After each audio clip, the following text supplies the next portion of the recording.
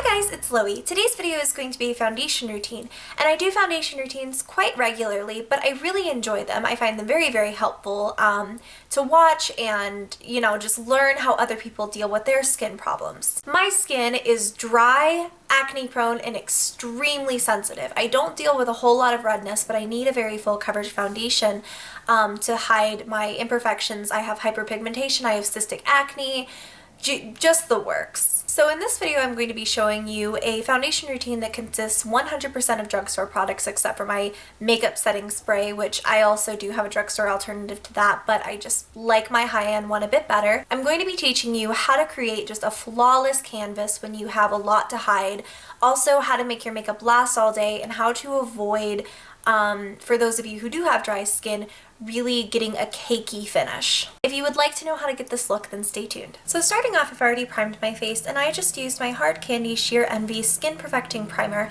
This is exclusive to Walmart. The entire Hard Candy line is exclusive to Walmart, and it's a silicone-based primer. So many of my subscribers have told me to lay off of this after I've mentioned it in past favorites videos and foundation routines, and I did because a lot of the times, of course, you guys are all super duper smart and you usually know what you're talking about. And I don't doubt that this breaks other people out, but for me, it's just not the culprit. It didn't do anything to my skin, and now I'm using it and I'm not breaking out any more than I usually do. So I primed my face with this. I've let this sit roughly 10 minutes because I really like this to kind of sink into my skin and dry before I start with my foundation. So now I'll be moving into the foundation, and the foundation that I'm going to be using today is the CoverGirl Stay Fabulous Outlast Foundation. I've talked about this kind of briefly and how much I love this stuff. And I have the color 825, which is a pretty good match for me right now. The actual name of it is called Buff Beige. This has a pump, which is amazing. It's a very nice, sleek bottle. And of course I love the coverage, so I'm gonna kind of get my hair out of my face. And what I like to do is start off with roughly, oh god, that kind of went everywhere, didn't it? Like 1.5 pumps of this. I find typically I need a bit more than that, but some days, especially when I'm going light, I don't like to have too much because, you can't really get it back into the bottle. That's unsanitary anyways. And I don't like to waste it. So I'm just going to take what's on my hand, and I have my little mirror here, and I'm going to use my index fingers to apply this. Now, of course, prior to filming this video, I had washed my hands, so they are completely clean, completely sanitized. So I'm going to concentrate this in kind of one area at a time for the most part. So as you can see, I'm working on this cheek first, and I really like to get most of the product in the center of my face, but then I'll kind of work it out. Of course, my foundation needs to cover a lot of areas that are not on the center of my face. Like the center of my face for the most part is clear, but I'll have, acne, bumps, and marks on the outer portions of my cheeks. So I know a lot of people work by the rule that, you need to focus most of the product in the center, and I still do kind of abide by that rule, but obviously I need to cover these areas that aren't on the center, if that makes any sense. Working a little bit under the nose here, and this is pretty straightforward. Covering my face.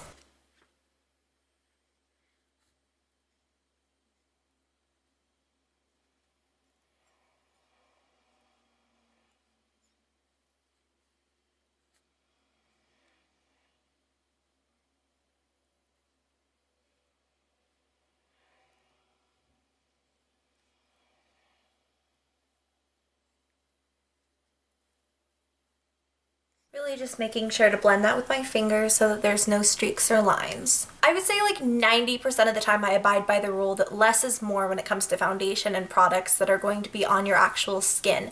I love my eye makeup, I love my lipstick, go crazy with that. I just make sure to kind of keep my face as minimal as I can to avoid breaking out any further. For winter, I can usually get away with a bit more product though, so that's what I'm going to be doing today. I don't, really go with 2 layers of foundation on an everyday basis, but when I want a truly flawless coverage like I'm showing you today, I don't really see anything wrong with it, and this foundation doesn't cake up either. So I'm using one more pump of this, which actually is going to be a bit too much, and I'm just taking this on my fingers and I'm going back over my cheeks and then my nose because I'm just covering that up, and I'm basically just going to work and just spread another layer. I'm not focusing so much as covering everything, more that I am really wanting a solid base.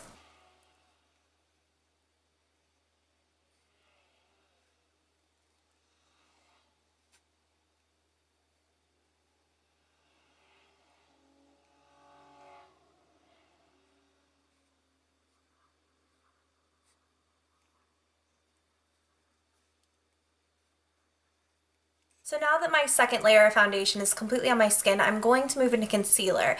And the concealer that I like to use is the Hard Candy Glamouflage, which again, so many of you have told me to stay away from.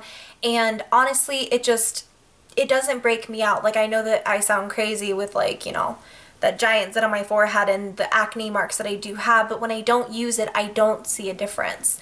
So, I mean, it is what it is. I understand it breaks some people out. It doesn't really do it for me. And I'm basically going to take this on the back of my hand on a clean area and put a decent amount on there. I like to do this with my fingers as well. I just find my fingers work best for most foundation application methods. I'm going to take a fairly generous amount and I'm going to put this in the general areas where I have hyperpigmentation. And I'm sort of lucky in the sense that I tend to break out in the same area over and over again. It's partially due to hormones, and then, well, that's really it. I don't have oily skin. I have quite dry skin. So I'm going to be working in these areas, just making sure that the concealer pretty much masks everything.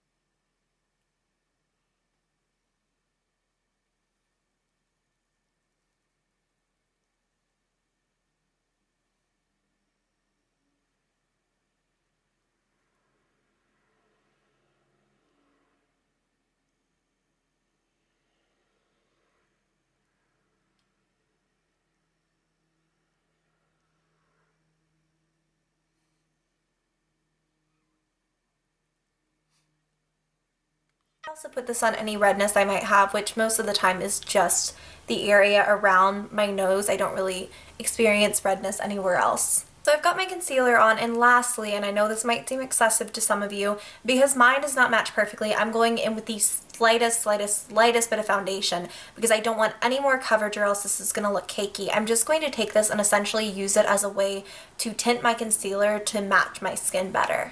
Because you never really want your concealer not to match. If your foundation doesn't match 10,000%, it's okay most of the time because you can blend it and kind of make it look like it does. With concealer, it's going in one area, so it's a lot harder to mask that.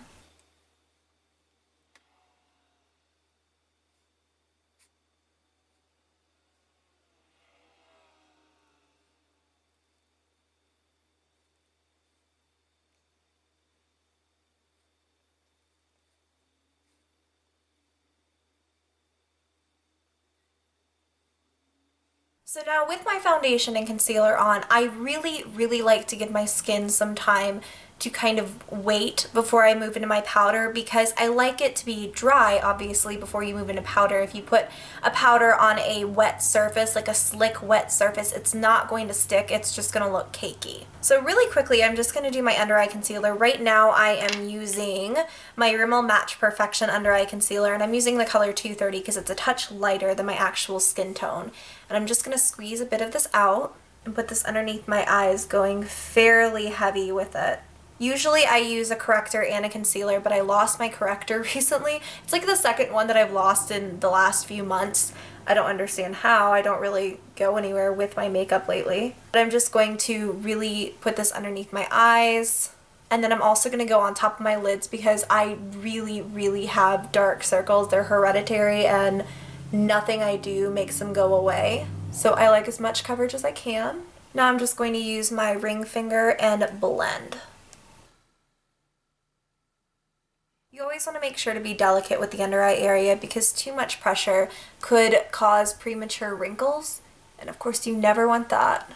Unlike my foundation, I pretty much set my under eye concealer almost instantly, and I'm using my Rimmel Stay Matte Powder on an e.l.f. blush brush that I've said a million times I can't use for blush. I don't understand how you could use it for blush. It's very not densely packed. I'm sure there's a word for that, but it's great for kind of putting powder in areas like this. So I'm just sweeping this under the eyes, and this is really a place not to overdo the powder because if you do, it'll be very obvious to pretty much anyone. And I'm not going to put it on my lids because I actually go in, of course, and I put on eyeshadow. If I wasn't going to be wearing eyeshadow or any eye makeup, I might just put powder on the lids and call it a day.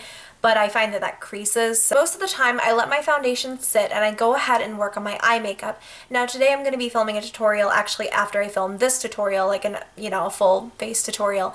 So I'm not going to be doing my makeup in the meantime. I'm just going to go and wash off my disgusting foundation hands and probably do the dishes or watch some YouTube videos or something. And then when I come back, we will kind of complete things and I will show you my finishing touches and then also how I get my foundation to stay all day. So now that my foundation has had about 10 minutes to sit, I'm going to powder the rest of my face so I can move on with my makeup. And I use the Rimmel Stay Matte powder. It is my favorite powder, basically like of all time, and I love it to pieces. So I'm just going to be taking it on my kabuki brush, and I like to take a fairly generous amount. What I'll do is just like you would with a stippling brush, kind of pat it onto my face, and I will sort of go in and really buff it in and blend it in later. But first I like to kind of use this as almost a powder puff and really get that powder in there.